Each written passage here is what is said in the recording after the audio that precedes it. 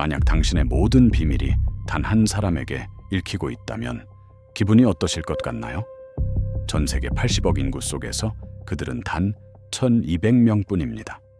그리고 그들의 눈은 지금 이 순간에도 당신이 상상조차 할 수 없는 가장 깊숙한 곳을 향하고 있죠. 오늘 제가 들려드릴 이야기는 단순한 첩보기관의 역사가 아닙니다. 한 국가가 아닌 한 민족의 생존을 위해 움직이는 세상에서 가장 위험하고 비밀스러운 조직에 대한 기록입니다. 이 영상을 끝까지 보신다면 여러분은 국가와 정보라는 단어를 이전과 같은 의미로 쓸 수 없게 될 겁니다. 네, 바로 제목에서 보신 세상에서 가장 비밀스러운 조직, 모사드 이야기입니다. 이런 깊이 있는 이야기들을 놓치고 싶지 않으시다면 구독 버튼 한 번만 눌러주시면 정말 감사하겠습니다. 클릭 한 번이 저희에겐 다음 이야기를 만들 가장 큰 힘이 됩니다. 모든 것은 잿더미 위에서 시작됐습니다. 1948년 전 세계에 흩어져 있던 유대인들이 2000년 만에 자신들의 나라 이스라엘을 세웠을 때 그들의 주변은 온통 적들이었습니다. 홀로코스트라는 인류 역사상 최악의 비극을 겪은 그들에게 다시는 당하지 않겠다는 절규는 단순한 구호가 아니었습니다. 생존의 유일한 법칙이었습니다. CIA가 미국의 국익을 위해, MI6가 영국의 영광을 위해 움직일 때 갓 태어난 이스라엘의 정보기관은 목표부터 달랐습니다. 바로 전 세계 모든 유대인의 보호, 국가의 경계를 넘어선 민족 단위의 안보라는 전무후무한 개념이 탄생한 겁니다. 이것이 바로 모사드가 다른 모든 정보기관과 근본적으로 다른 첫 번째 이유입니다. 그들은 국가가 아니라 피로 이어진 공동체를 지킵니다. 그래서 그들은 007 같은 요원을 뽑지 않습니다. 화려한 액션 스타가 아니라 옆집 아저씨, 평범한 대학생, 다정한 간호사 같은 사람들을 찾죠. 완벽하게 평범해서 누구의 기억에도 남지 않을 그림자들. 여러분, 만약 여러분에게 아무도 모르는 특별한 재능이 있다면 어쩌면 모사드가 지금 이 순간에도 당신을 지켜보고 있을지 모릅니다. 이 1200명의 유령들은 키돈이라 불리는 암살조, 네비오스이라는 심리전 부서 등 거미줄처럼 얽힌 조직 안에서 움직입니다. 그리고 지금 이 순간 그들의 가장 치열한 전쟁터는 바로 이란의 핵시설 지하입니다. 이란의 최고 핵 과학자가 대낮에 길거리에서 암살당한 사건 기억하십니까? 과연 이 사건 뒤에는 누가 있었을까요? 모사드의 철학은 단 하나, 기만이 곧 길이다. 그들은 필요하다면 적국의 대통령과 친구가 되고 테러리스트의 아내와 사랑에 빠집니다. 오직 임무를 위해 모든 것을 겁니다. 다음 이야기에서는 모두가 불가능하다고 말했던 1960년 아르헨티나의 작전, 홀로코스트의 악마 아돌프 아이히만을 맨손으로 납치해온 그 전설적인 작전의 모든 것을 파헤쳐 보겠습니다. 1948년 5월 14일 텔아비브의 한 박물관. 벤구리온이 이스라엘의 독립을 선포하던 바로 그 순간 밖에서는 이미 전쟁의 포성이 울려 퍼지고 있었습니다. 아무도 몰랐습니다. 그 선언이 유력계 아랍 국가의 동시 침공을 불러올 줄은. 갓 태어난 국가는 말 그대로 지도 위에서 지워질 뻔했습니다. 이 피비린내 나는 전쟁 속에서 이스라엘의 지도자들은 뼈저리게 깨달았습니다. 군대만으로는 이 나라를 지킬 수 없다는 것을. 적들의 심장부, 그들의 계획이 만들어지는 가장 깊숙한 곳에 우리의 눈과 귀를 심어야만 한다는 절박함. 이것이 바로 모사드의 탄생이었습니다. 단순한 정보 수집 기관이 아니었습니다. 그것은 국가의 생존을 위한 최후의 보루, 보이지 않는 전장의 군대였습니다. 잠깐, 여기서 한 가지 중요한 걸 짚고 넘어가야 합니다. 그렇다면 모사드는 대체 어떤 사람들을 뽑는 걸까요? 007처럼 잘생기고 최첨단 장비를 다루는 그런 요원? 전혀 아닙니다. 오히려 정반대입니다. 모사드는 일부러 가장 평범한 사람을 찾습니다. 너무 평범해서 한번 스쳐 지나가면 누구의 기억에도 남지 않을 그런 사람들. 그들은 지원자의 명문대 졸업장이 아니라 시장 상인의 눈썰미를 봅니다. 화려한 언변이 아니라 상대의 침묵 속에서 진실을 읽어내는 능력을 더 높이 삽니다. 왜냐하면 모사드의 임무는 단기적인 첩보 활동이 아니기 때문입니다.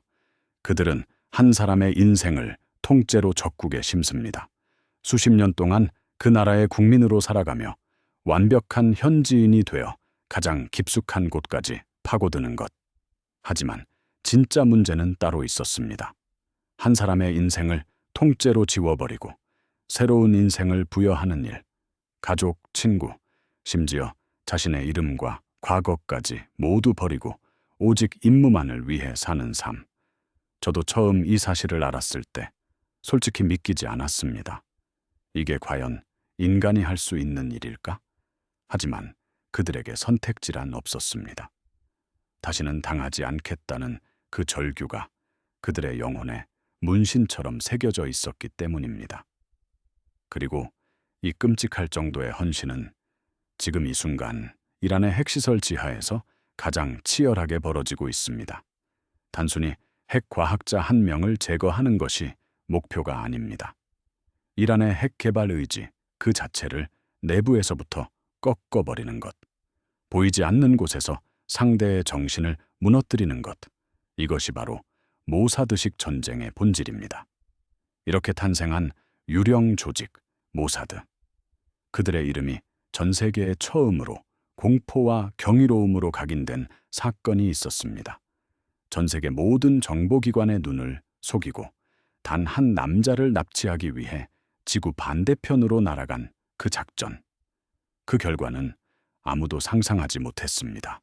그 결과는 단순한 성공이 아니었습니다. 그것은 전 세계를 향한 이스라엘의 침묵의 선전포고였죠. 1960년 아르헨티나 부에노스아이레스. 허름한 주택가에서 리카르도 클레멘트라는 이름으로 살아가던 한 남자. 그는 수백만 명을 가스실로 보낸 홀로코스트의 설계자 아돌프 아이히만이었습니다. 그를 찾아낸 건 CIA도 FBI도 아니었습니다. 딸이 나치 전범의 아들과 사귄다는 사실을 알게 된 한 시각장애인 아버지의 제보, 그 작은 실마리 하나였습니다. 모사드는 이 실오라기 같은 정보를 붙들고 지구 반대편으로 날아갑니다. 잠깐, 여기서 이 작전이 얼마나 미친 짓이었는지 짚고 넘어가야 합니다. 주권 국가에 몰래 들어가서 그 나라 국민으로 위장해 사는 사람을 납치해 나온다. 이건 외교 문제 수준이 아니라 전쟁의 빌미가 될 수도 있는 일이었습니다. 실패하는 순간 이스라엘은 국제사회에서 영원히 고립될 수도 있었습니다. 하지만 그들에게 실패라는 단어는 존재하지 않았습니다. 어떻게 성공시킬 것인가만 있을 뿐이었죠. 이것이 바로 모사드가 다른 정보기관과 근본적으로 다른 점입니다. 그들은 확률을 계산하는 분석가가 아니라 불가능을 현실로 만드는 설계자들입니다. 작전명은 피날레. 칠흑 같은 밤, 버스에서 내리는 아이히만을 덮치는 데 걸린 시간은 단 몇 초. 모든 것이 계획대로였습니다. 하지만 진짜 이야기는 지금부터입니다. 한 사람을 납치하는 것보다 그를 데리고 국경을 넘는 것이 수백 배는 더 어려웠기 때문이죠. 아르헨티나는 건국 150주년 기념 행사로 모든 공항과 항만에 최고 수준의 경계 태세를 유지하고 있었습니다. 개미 한 마리 빠져나가기 힘든 상황. 솔직히 저도 이 부분에서 소름이 돋았습니다. 수십 년간 찾아 헤맨 악마가 바로 눈앞에 있는데 여기서 단 한 걸음도 나아갈 수 없는 이 절망적인 상황. 여러분이라면 그 순간 어떤 감정이 들 것 같으신가요? 여기서 모사드의 또 다른 특징, 바로 창의성이 빛을 발합니다. 그들은 이스라엘 국영 항공사 엘알의 특별기를 아르헨티나 독립기념일 축하 사절단 비행기인 것처럼 위장해 띄웁니다.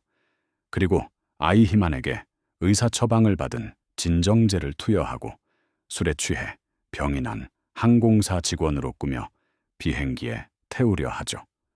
이 대담하고 기상천외한 발상, 과연 누가 상상이나 했을까요? 모든 준비가 끝났습니다. 아이히만을 휠체어에 태운 요원들은 마지막 출국 심사대로 향합니다. 심장이 터질 듯한 긴장감 속에서 그들은 여권과 서류를 제출합니다. 모든 것이 완벽했습니다. 단 하나, 마지막 서류를 검토하던 아르헨티나 공항 직원의 굳어지는 표정을 보기 전까지는 말입니다. 그 굳어진 표정의 이유는 어이없게도 서류의 날짜였습니다.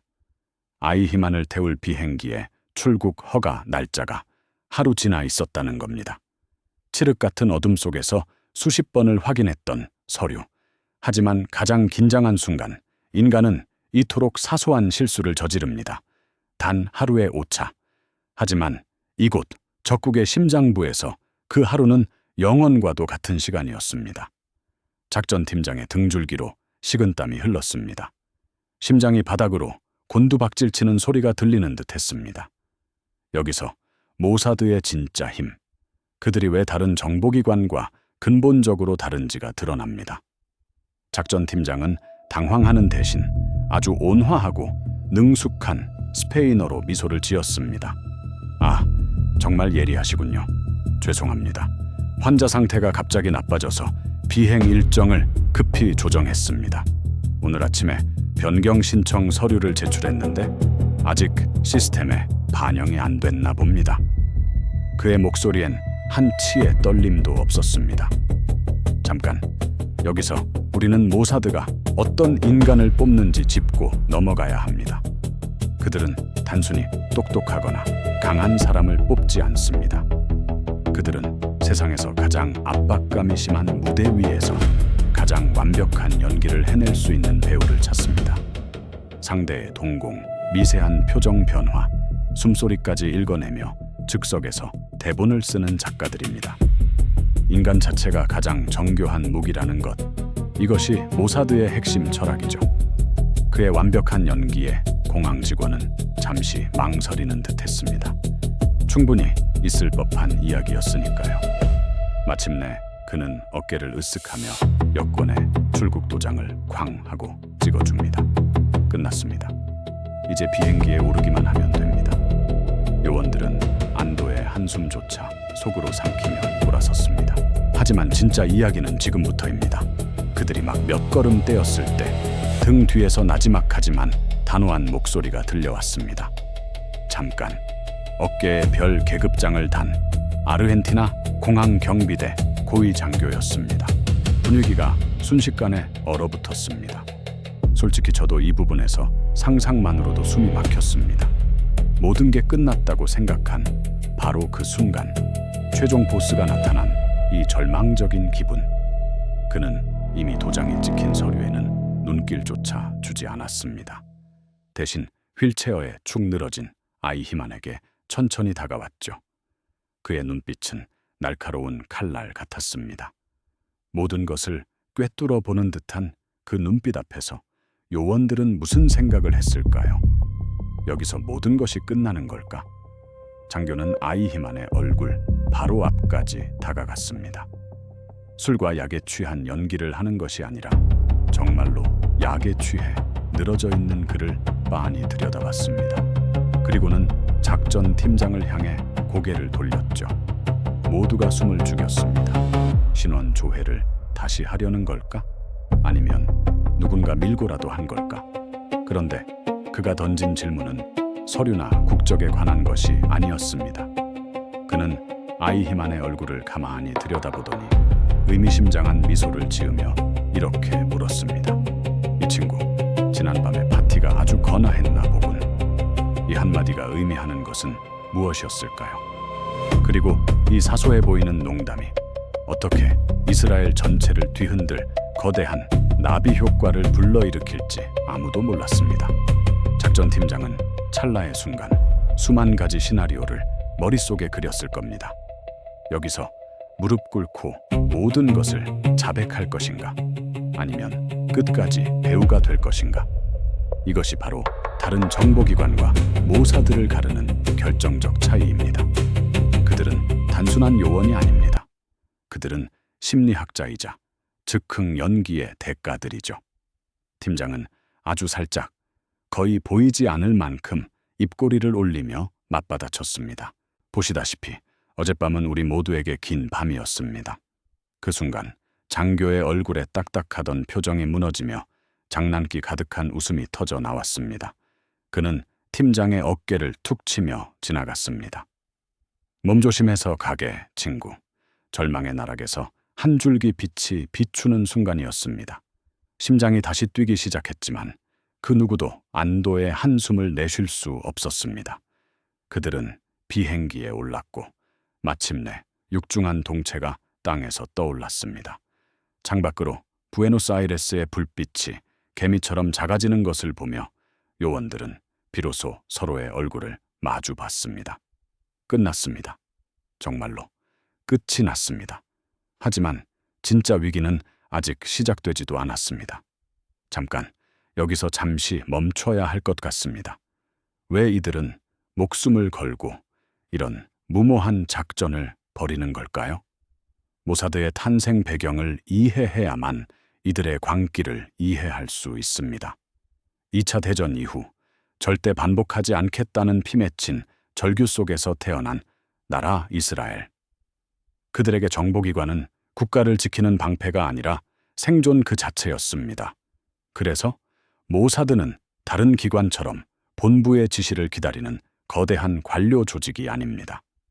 이란의 핵시설, 깊숙한 곳에서 활동하는 요원들이나 지금 이 비행기 안의 요원들처럼 그들은 현장에서 모든 것을 결정하고 책임지는 독립된 세포처럼 움직입니다.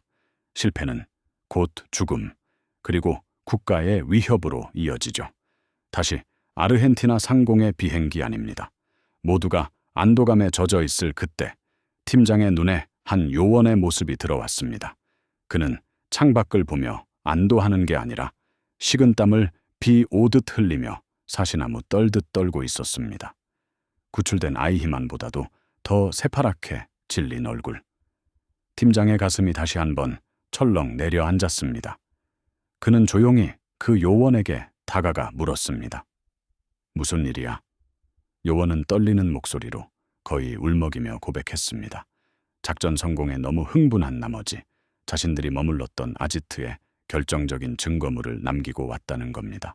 그들이 사용했던 의료 장비 포장지, 이스라엘에서만 생산되는 바로 그 포장지를. 여러분이라면 이 절체절명의 상황에서 어떤 선택을 하시겠습니까? 이미 비행기는 아르헨티나 영공을 벗어나고 있습니다. 모든 것을 덮고 아이히만만 무사히 데려가는 길을 선택하시겠습니까? 아니면 이 실수가 불러올 외교적 파멸을 막기 위해 어떻게든 본부에 알려 수습을 시도하시겠습니까? 당신의 선택이 이스라엘의 운명을 결정합니다. 팀장은 아무 말 없이 눈을 감았습니다. 그리고 비행기가 이스라엘 영공에 진입하던 바로 그 순간 아르헨티나의 한 작은 신문사로 제보 전화 한 통이 걸려옵니다.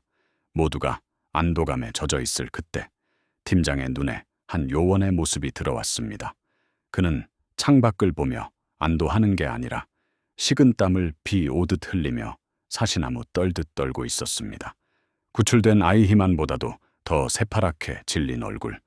팀장의 가슴이 다시 한번 철렁 내려앉았습니다. 그는 조용히 그 요원에게 다가가 물었습니다. 무슨 일이야? 요원은 떨리는 목소리로 거의 울먹이며 고백했습니다.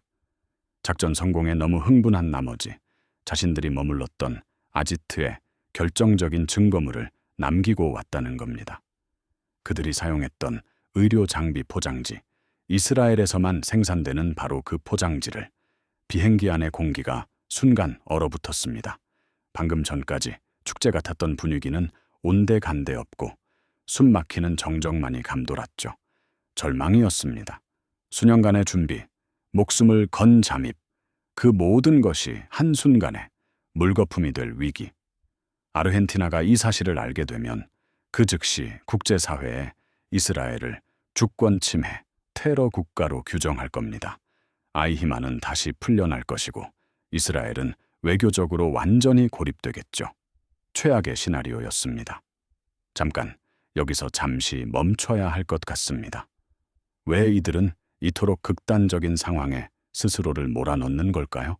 모사드는 다른 정보기관과 근본부터 다릅니다. CIA나 MI6가 국가의 이익을 위해 움직인다면 모사드는 국가의 생존을 위해 움직입니다. 그들에게 실패는 단순한 작전 실패가 아니라 홀로코스트의 반복을 의미하죠. 그래서 모사드의 요원은 애초에 평범한 인간을 뽑지 않습니다. 극한의 스트레스 속에서 오히려 냉철해지는 사람, 조국을 위해 자신의 존재 자체를 지워버릴 수 있는 사람, 그리고 가장 중요한 것, 그 어떤 규칙에도 얽매이지 않고 오직 임무 완수만을 생각하는 독사 같은 인간을 뽑습니다. 이란의 핵 과학자를 암살할 때도, 적국의 심장부에서 정보를 빼낼 때도 그들은 본부의 승인을 기다리는 관료가 아닙니다. 현장에서 판단하고 실행하고 모든 책임을 지는 독립된 작전 세포일 뿐입니다. 지금 이 비행기 안의 팀장처럼 말이죠. 여러분은 이 상황에서 어떤 선택을 하셨겠습니까? 이 엄청난 실수를 즉시 본부에 보고하고 외교적 해결을 모색하시겠습니까? 아니면 모든 것을 걸고 침묵한 채 아르헨티나가 증거를 찾지 못하기만을 기도하시겠습니까? A를 선택했다면 당신은 원칙주의자입니다. 하지만 모사드는 B를 선택합니다. 팀장은 눈을 감고 짧은 침묵 끝에 명령했습니다. 아무에게도 말하지 마. 다시 비행기 안에는 무거운 긴장감만이 흘렀습니다. 이제 그들은 단순한 납치범이 아니라 이스라엘의 운명을 건 도박사들이 되었습니다. 시간이 흐르고 마침내 비행기가 이스라엘 영공에 진입했다는 기장의 안내 방송이 나왔습니다. 모두가 마른 침을 삼키는 바로 그 순간 아르헨티나의 한 작은 신문사 사무실에 전화벨이 울립니다. 수화기를 든 기자에게 떨리지만 분명한 목소리가 들려왔습니다. 그 제보의 내용은 단 한 문장이었습니다. 그리고 그 문장은 이스라엘이라는 나라 전체를 뒤흔들게 됩니다. 그 한 문장은 이스라엘을 통째로 뒤흔들었습니다. 아르헨티나의 작은 신문 한 면에 실린 그 문장은 전 세계의 헤드라인이 되었죠. 나치 전범 아돌프 아이히만 이스라엘에 체포되다. 비행기에서 내린 작전팀은 환호하는 군중과 마주했습니다. 하지만 그들의 얼굴은 하얗게 질려 있었죠. 계획이 틀어졌습니다. 전 세계가 알아버렸습니다.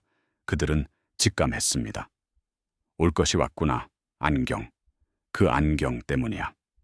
외교적 재앙이 시작될 거라는 공포가 온몸을 휘감았습니다. 하지만 여러분, 진짜 반전은 지금부터입니다. 아르헨티나 정부는 이스라엘에 공식 항의하며 증거를 찾기 위해 혈안이 됐습니다. 그들이 샅샅이 뒤진 아이히만의 은신처에선 아무것도 발견되지 않았습니다. 그 흘린 자국이 남은 안경테는 그 누구의 눈에도 띄지 않았죠. 그럼 대체 어떻게 세상에 알려진 걸까요? 범인은 내부에 있었을까요? 아닙니다. 제보자는 따로 있었습니다. 모든 작전이 끝나고 비행기가 이륙한 뒤 아르헨티나의 한 공중전화 박스에서 수화기를 든 한 남자. 그는 바로 아이히만의 아들과 교제했던 딸에게서 모든 사실을 처음 전해 들었던 눈먼 아버지 로타에어 헤르만이었습니다. 그는 모사드에 최초 제보를 한 뒤 그들이 정말로 약속을 지키는지 자신의 귀로 확인하고 싶었던 겁니다. 이스라엘이라는 국가가 움직이기 전 한 평범한 피해자의 집념이 거대한 역사의 톱니바퀴를 돌리기 시작한 것이죠. 이것이 바로 모사드의 탄생 이유이자 그들의 숙명입니다. 결코 다시는 never again. 홀로코스트의 잿더미 위에서 태어난 이스라엘에게 모사드는 단순한 정보기관이 아니었습니다. 그것은 생존을 위한 발버둥 그 자체였죠. 국가의 이익이 아니라 민족의 생존을 위해 움직이는 그림자 군대. 그래서 그들은 규칙을 파괴하고 선을 넘고 때로는 악마가 되는 것을 주저하지 않습니다.